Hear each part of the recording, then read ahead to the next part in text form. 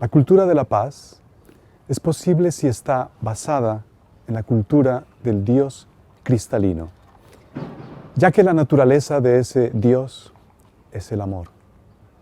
Amor aguardando siempre florecer en el corazón de cada ser humano en sus diversas formas que le caracterizan, como son la paz interna, la felicidad, la armonía, la alegría y la belleza. Y nosotros, al participar de ese linaje divino, poseemos de manera natural lo que podríamos llamar un instinto espiritual. Instinto que nos lleva siempre a vivir con bien. Con justa razón, el filósofo Sócrates dijo que nadie hace mal voluntariamente. Es decir, nadie hace el mal a sabiendas. Esta enseñanza nos lleva a concluir que nosotros, como humanos, participamos de la misma naturaleza de Dios y que nuestra felicidad está basada fundamentalmente en hacer el bien. Entonces, ¿qué está sucediendo cuando el ser humano hace el mal? Lo hace en contra de su voluntad. ¿Dónde radica el origen de las guerras, el terrorismo, el narcotráfico, las corrupciones en el ámbito político, empresarial, social y educativo?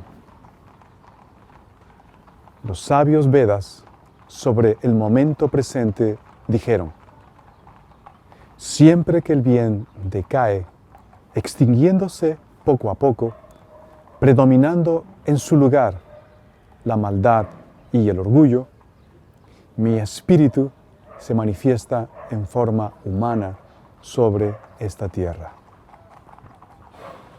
Es crudamente hermoso este verso, ya que no solo habla del mal, sino también del Espíritu de Dios buscando rescatar y despertar al hombre de su sueño milenario. Pero nos preguntamos, ¿cuál es la manera como Dios participa en medio de tanta confusión? Una manera podría ser inspirarnos desde afuera y desde dentro de nosotros a buscar la sabiduría que nos dé las claves para nuestro despertar. Ahora bien, si Sócrates afirma que nadie hace el mal voluntariamente ante este panorama de cosas, esto solo puede significar que la humanidad ha caído en un espacio muy profundo de inconsciencia debido a una razón muy poderosa. Esa razón sería la ignorancia. La ignorancia está deshumanizando al género humano.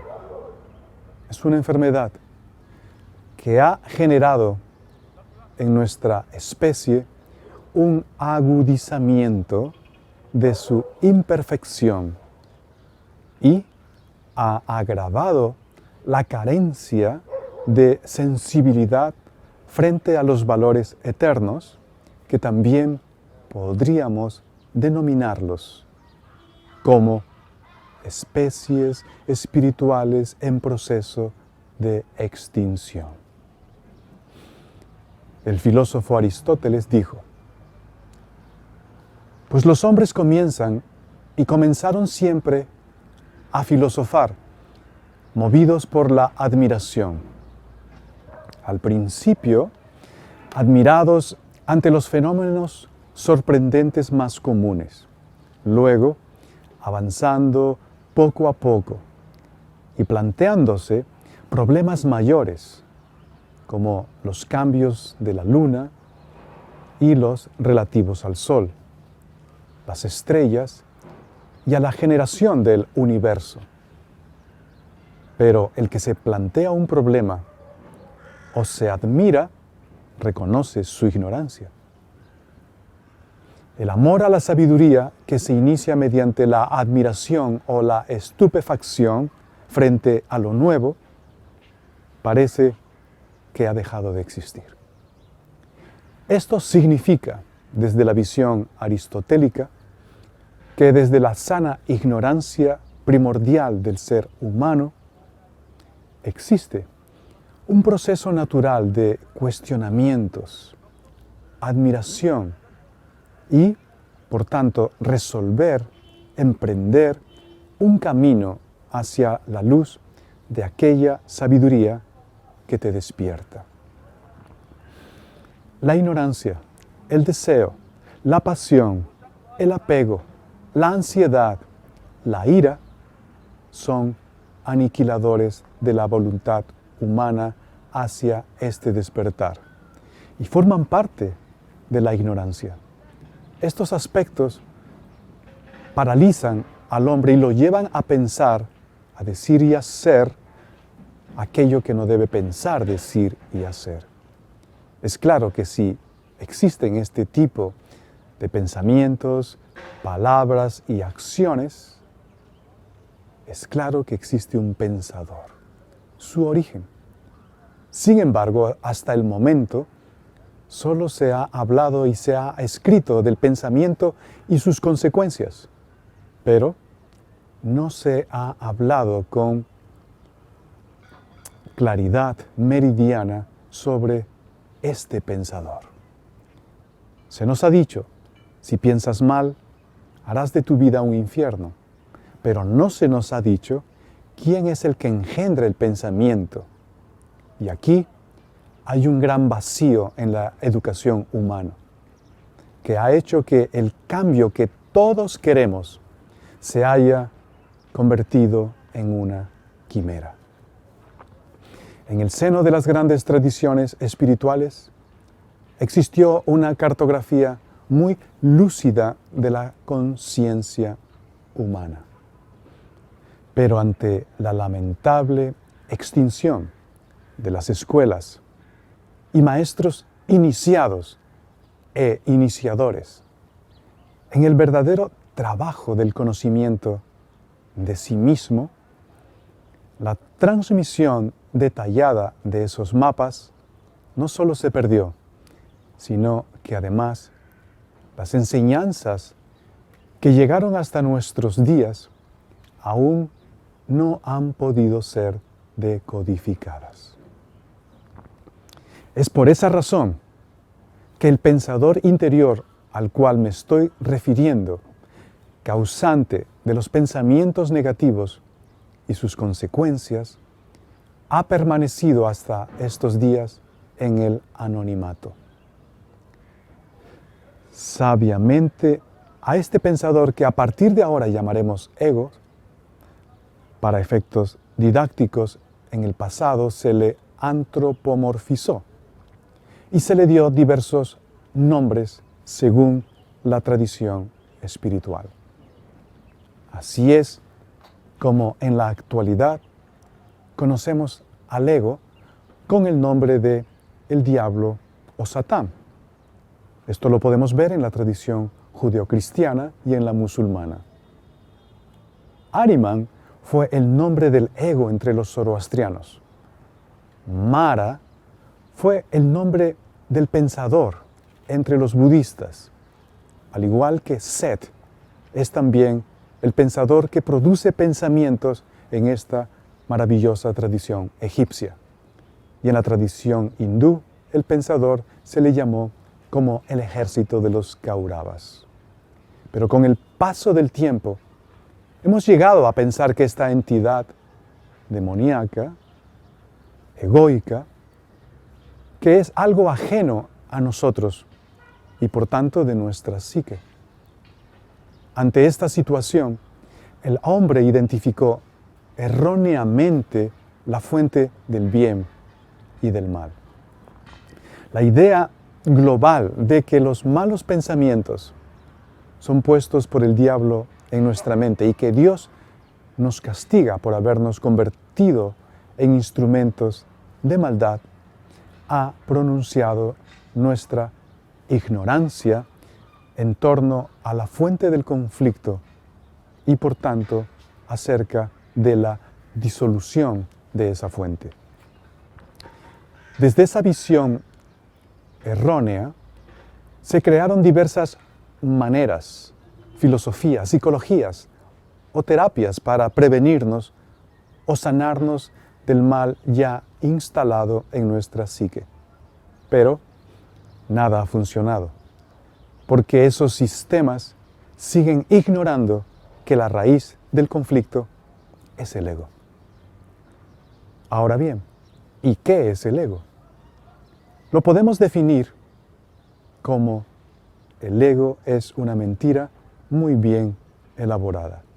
Algo más, este ego es creación nuestra, creación que nos ha inducido que lo alimentemos, que lo defendamos y mantengamos debido al placer sensorial y a la sabiduría que nos otorga mediante el sufrimiento obtenido.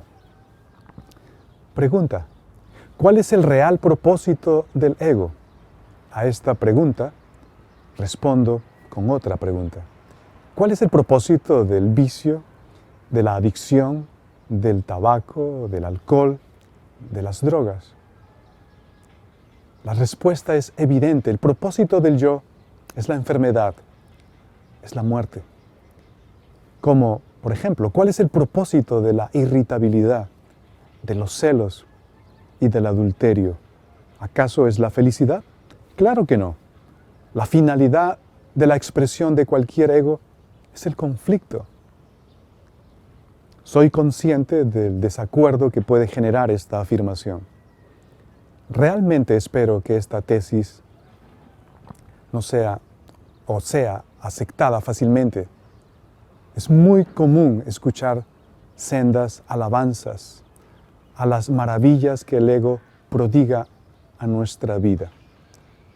El primer argumento para defender al ego, y uno de los más sólidos, es que el ego es creación divina. Y otro es en relación al sufrimiento que el ego te proporciona. Se dice que el sufrimiento es una fuente de aprendizaje y que por esa razón el ego, siendo divino, formando parte de nuestra naturaleza, no puede ser eliminado. Entonces tiene que ser aceptado, abrazado e integrado en nuestra vida interior. ¿Pueden ver allí la retórica del ego? Si queremos pensar así, entonces tendremos que aceptar que estamos ante la presencia de dos dioses. Sí, dos dioses. Uno de ellos sería el Dios del cual emana el amor y la luz solamente. Y el otro Dios es el Dios de donde emana el desamor y la oscuridad. Este último Dios es de creación humana. El Dios cristalino que proclama y llama al amor a sus hijos es inocente. Ahora bien, ¿qué podemos hacer para conocer al pensador, al yo? Nuestra conciencia tiene dos estados esenciales. Uno de ellos es la felicidad y el otro es el conocimiento interior sin el proceso mental. A este conocimiento natural le podemos llamar un estado de observación latente. Desde este estado podemos estar atentos a todos nuestros procesos mentales y emocionales. Estoy hablando de esa capacidad que tiene nuestra conciencia de observar. Y desde esta conciencia que observa, podemos descubrir al ego. Le denominamos a esta cualidad la autoobservación.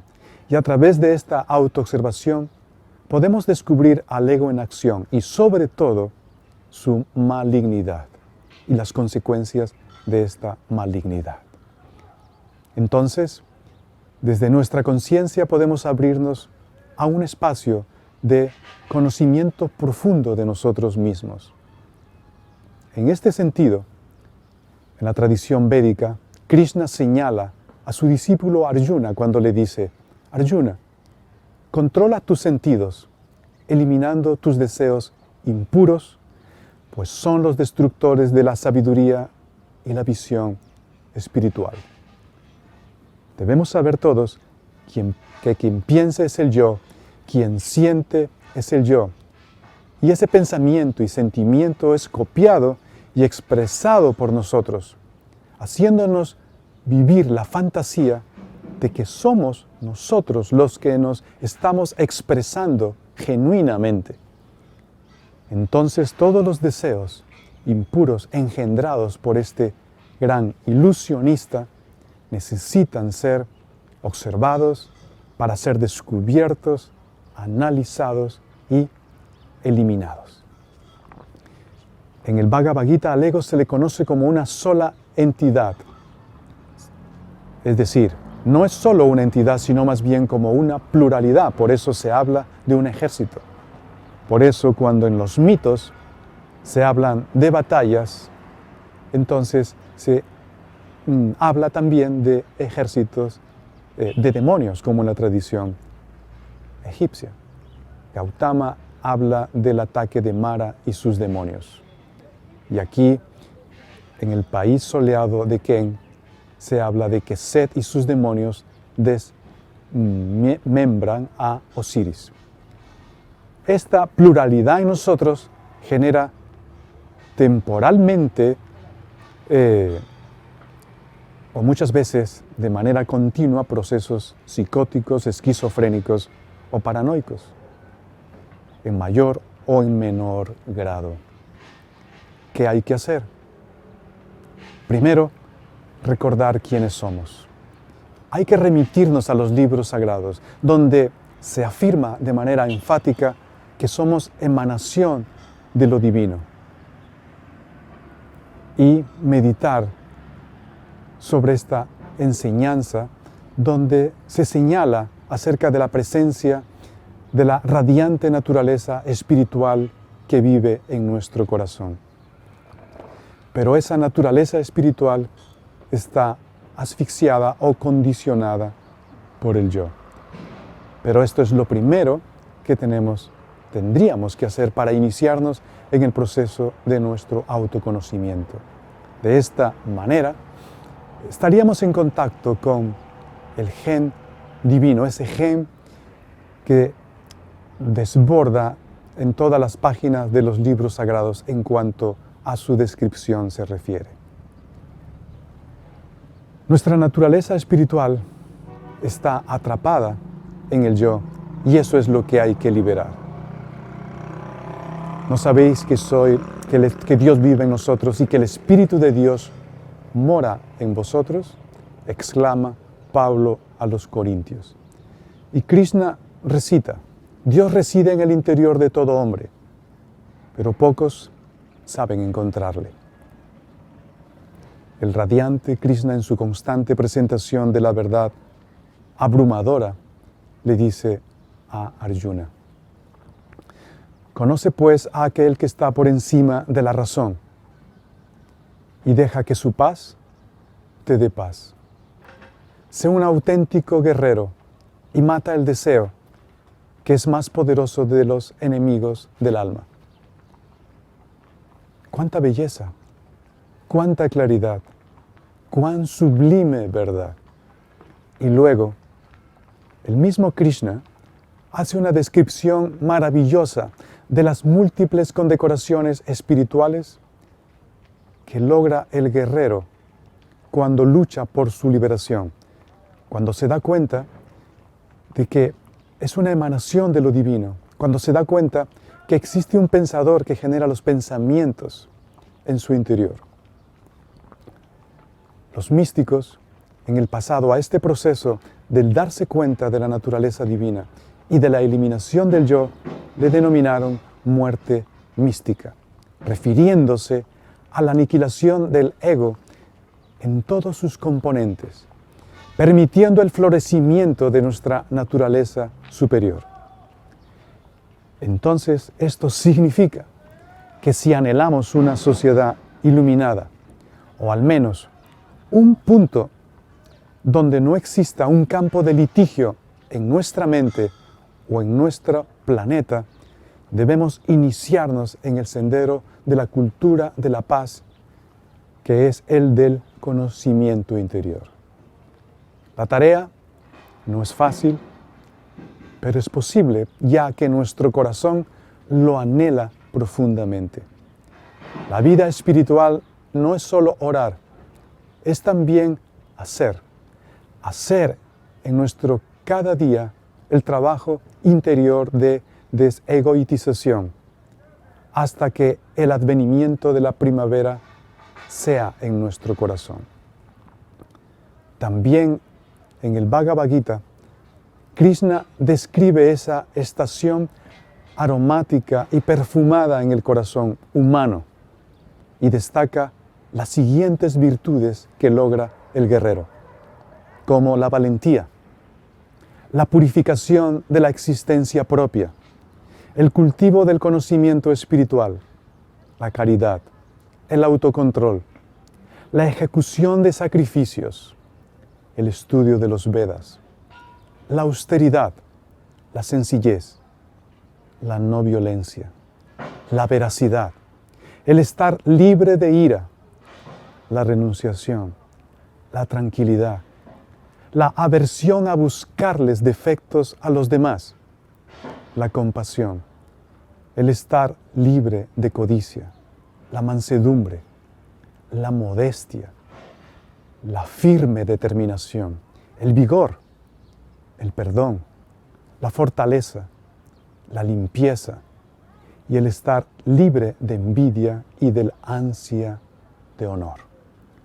Estas cualidades trascendentales, dice Krishna, les pertenecen a hombres piadosos que están dotados de naturaleza divina.